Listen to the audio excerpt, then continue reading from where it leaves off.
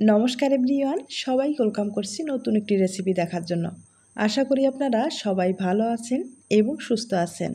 আজকে সামান্য চালের গুঁড়ো দিয়ে দুর্দান্ত স্বাদের পিঠা রেসিপি নিয়ে আসলাম। এই পিঠা তৈরি করা কোনো রকম ঝামেলা নেই, একবারে সহজ পদ্ধতিতে পিঠাটা তৈরি করা যায়। তাছাড়া পিঠাটা তৈরি করে কিন্তু সংরক্ষণ করেও খাওয়া যাবে। চলুন, কথা বলতে গেলে শেষ হবে না, মূল রেসিপিতে যাওয়া যাক। প্রথমে আমি পিঠার জন্য পুরটা তৈরি করে নেব। আর পুর হিসাবে ব্যবহার করব এখানে নারকেলের পুর। আর এই পিঠায় নারকেলের পুরটা খেতে ভালো লাগবে। কড়াইয়ে আমি গুড় দিয়ে দিলাম, এরপরে কিছুটা নারকেল কোড়ানো দিয়ে দিব। আর নারকেল কোড়ানোটা দেওয়ার পরে খুব ভালোভাবে নেড়েচেড়ে এই পুরটা তৈরি করে নিতে হবে। তবে এই পিঠাটা আপনারা চাইলে কিন্তু ঝাল পিঠা হিসাবে খেতে পারেন। আর এখন যেহেতু শীতের সবজি অনেক রকমের বের হয়েছে, আপনারা চাইলে সবজির পুর অথবা যে কোনো মাংসের পুর ব্যবহার করতে পারেন, পিঠাটা খেতে ভালো লাগবে। নারকেলের পুরটা আমি তৈরি করে নিলাম, আর পুরোপুরি ঠান্ডা করে নিতে হবে। এদিকে প্রায় 250 গ্রামের মতো আতপ চাল ভেঙে নিলাম। এটা পোলার চাল, আপনারা যে কোনো চালের গুঁড়ো ব্যবহার করতে পারেন। আর চালের গুঁড়োটা ভেঙে নেওয়ার পরে আমি একটু চেলে নিব, আর এটা দিয়ে পিঠা তৈরি করে নেব। আপনারা যে কোনো চালের গুঁড়ো ব্যবহার করতে পারেন, অথবা হাতের কাছে যদি চালের গুঁড়োটা না থাকে কোনো সমস্যা নেই, আটা ময়দা দিয়ে এই পিঠাটা তৈরি করতে পারবেন। আর আটা ময়দার যে ডোগুলো সেগুলো কিন্তু একটু শক্ত করে তৈরি করে নিতে হবে, তাহলে ডিজাইনটা তৈরি করতে সুবিধা হবে।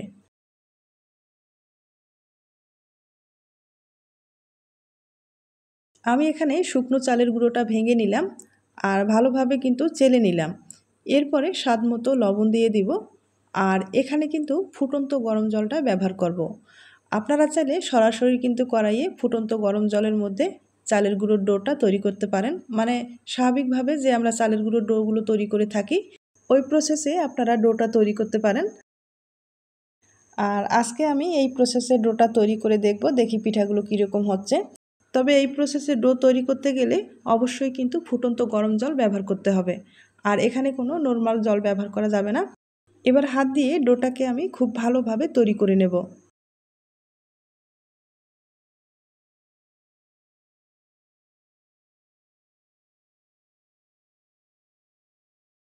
ডোটা আমি প্রায় তৈরি করে নিলাম, আর এখন পিঠার ডিজাইনটা তৈরি করে আপনাদের দেখিয়ে দিচ্ছি। আমি একটা ছোট্ট লিচি কেটে নিলাম, বেলার সুবিধার্থে সামান্য পরিমাণে একটু চালের গুঁড়ো ব্যবহার করলাম, অথবা আটাও ব্যবহার করতে পারেন বা ময়দা ব্যবহার করতে পারেন। এবার আমি বেলে নিচ্ছি। বেলে নেওয়ার পরে এবার কিন্তু একটা প্লাস্টিকের ঢাকনা দিয়ে গোল করে কেটে নিতে হবে। আপনারা চাইলে এই পিঠাটা কিন্তু ছোট অথবা বড় করে তৈরি করে নিতে পারেন। আমি একটু বড় করেই তৈরি করে নেব।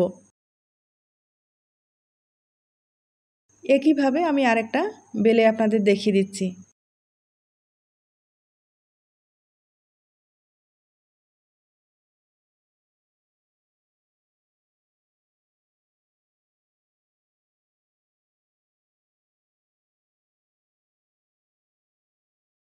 কেটে নেওয়ার যে বাড়তি অংশগুলো আছে সেগুলো কিন্তু এগুলো পরে আমি আবার বেলে নিব। এখন আপনাদের ডিজাইনটা তৈরি করে দেখিয়ে দিচ্ছি। আর মাঝখানে ছোট্ট করে একটা দাগ দিয়ে দিতে হবে। আর এই মাঝখানের দাগটা দিয়ে কিন্তু ধরে ধরে ডিজাইনটা তৈরি করে নিতে হবে, তাহলে ডিজাইনটা সমানভাবে তৈরি হবে এবং পিঠাটা দেখতে ভালো লাগবে। আর এই ডিজাইনটা তৈরি করতে গেলে একটা শনের দরকার হবে। আপনাদের কাছে যদি শন থাকে খুব সহজেই কিন্তু এই ডিজাইনগুলো তৈরি করে নিতে পারেন। একবারে ঝামেলা মুক্ত এই পিঠার ডিজাইনগুলো, শুধু একটা শন থাকলেই খুব সহজে ডিজাইনগুলো তৈরি করতে পারবেন। আর যে কেউ খুব সহজেই কিন্তু ডিজাইনটা তৈরি করতে পারবে।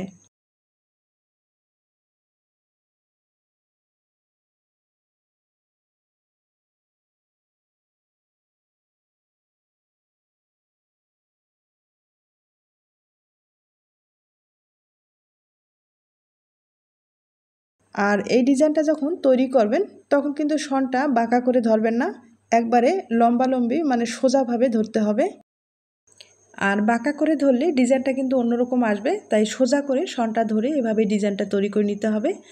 আর এই ডিজাইনটা কিন্তু দেখতে ভালোই লাগে, আপনাদের কাছে কেমন লাগছে জানি না। তবে যদি পছন্দ হয়ে থাকে এই ডিজাইনটা তৈরি করে পিঠা বানিয়ে নিতে পারেন।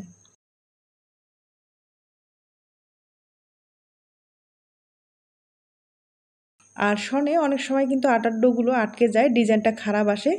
তাই সামান্য পরিমাণে সনে কিন্তু তেল লাগিয়ে নেবেন। আর তেল লাগালে কোনো রকম সমস্যা হবে না, খুব ইজিভাবে এই ডিজাইনগুলো তৈরি করতে পারবেন।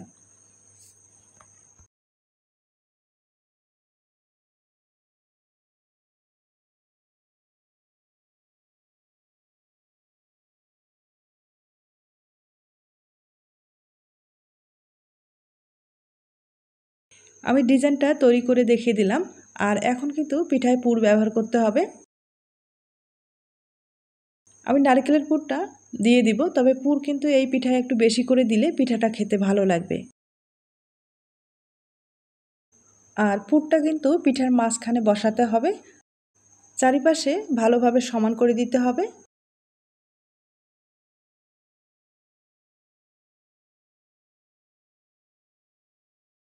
আমি আগে থেকে একটু আটার পেস্ট তৈরি করে রেখেছি, সেটা কিন্তু চারিপাশে এভাবে দিয়ে দিতে হবে, নাহলে পিঠাটা খুলে আসার সম্ভাবনা বেশি থাকবে। তাই অবশ্যই আটা অথবা ময়দার একটু পেস্ট তৈরি করে পিঠাটা বসাতে হবে। এবার ডিজাইনের পিঠাটা উপরে দিয়ে দিতে হবে আর সমানভাবে কিন্তু বসাতে হবে, হালকা চাপ দিয়ে পিঠাটাকে বসাতে হবে।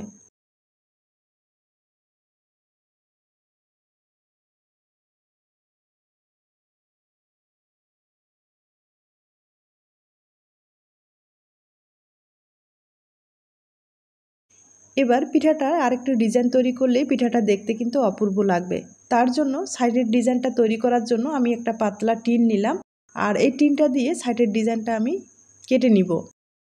আর এভাবে তৈরি করলে পিঠাটা দেখতে বেশি ভালো লাগবে।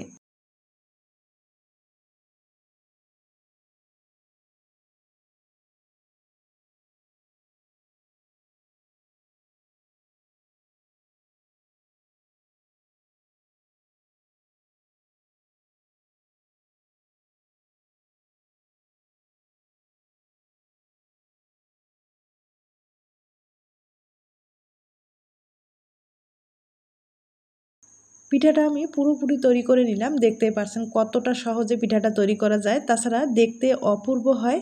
এই পিঠাটা আপনারা যাকে তৈরি করে খাওয়াবেন সে আপনার প্রশংসা না করে কিন্তু পারবে না।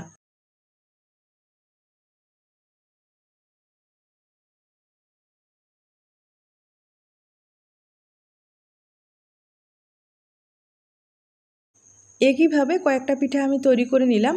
এবার পিঠাগুলো তেলে ভেজে আপনাদের দেখিয়ে দিচ্ছি। আর পিঠাগুলো কিন্তু হালকা আঁচে ভেজে নিতে হবে, বেশি আঁচে ভাজলে উপরেরটা লালচে হয়ে যাবে, ভিতরে কাঁচায় থেকে যাবে। তার জন্য অবশ্যই একটু সময় নিয়ে ভেজে নিতে হবে।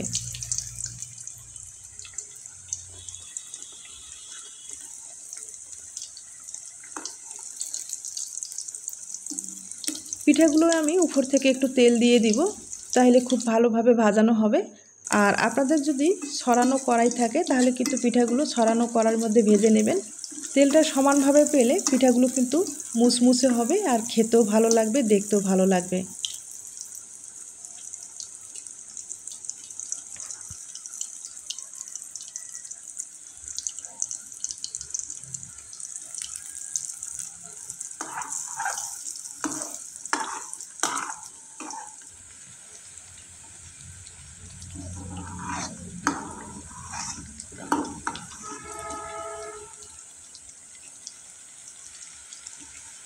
পিঠাগুলো একপাশে হয়ে গেছে, এবার কিন্তু উল্টে দিতে হবে। আর উল্টে পাল্টে একবারে মুচমুচে করে ভেজে নিতে হবে।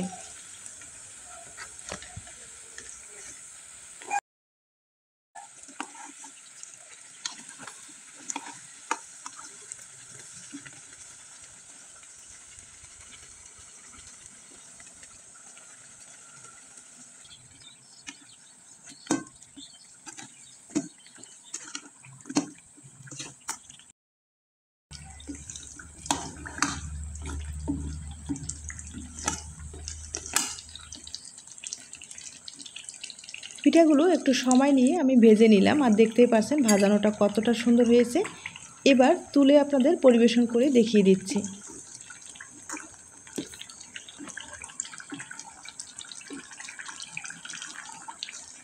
পিঠাটা খুব সুন্দর ভাজানো হয়েছে এবং ডিজাইনটাও কিন্তু খুব সুন্দর ফুটে উঠেছে। আর এরকম ধরনের পিঠাগুলো দেখতেও যেমন সুন্দর লাগে, খেতে কিন্তু দুর্দান্ত।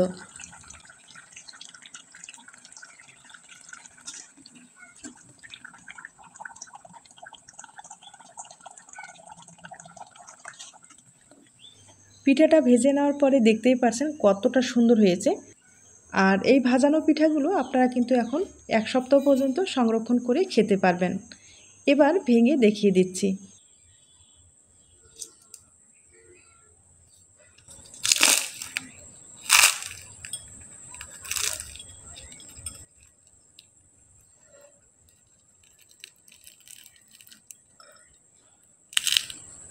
শব্দ শুনে হয়তো বা বুঝতে পেরেছেন পিঠাটা কতটা মুচমুচে হয়েছে আর কতটা খাস্তা হয়েছে। আর এরকম ধরনের পিঠাগুলো খেতে কিন্তু দুর্দান্ত লাগবে। অবশ্যই বাড়িতে ট্রাই করে দেখতে পারেন। আর একইভাবে আমি আরেকটা পিঠা আপনাদের ভেঙে দেখিয়ে দিচ্ছি। তার আগে ছোট্ট একটা রিকোয়েস্ট থাকবে, পিঠার এই রেসিপিটি ভালো লাগলে অবশ্যই একটা লাইক দিতে ভুলবেন না। তাহলে আজ এ পর্যন্ত, নতুন কোনো রেসিপির সাথে আবার দেখা হবে। সবাই ভালো থাকবেন।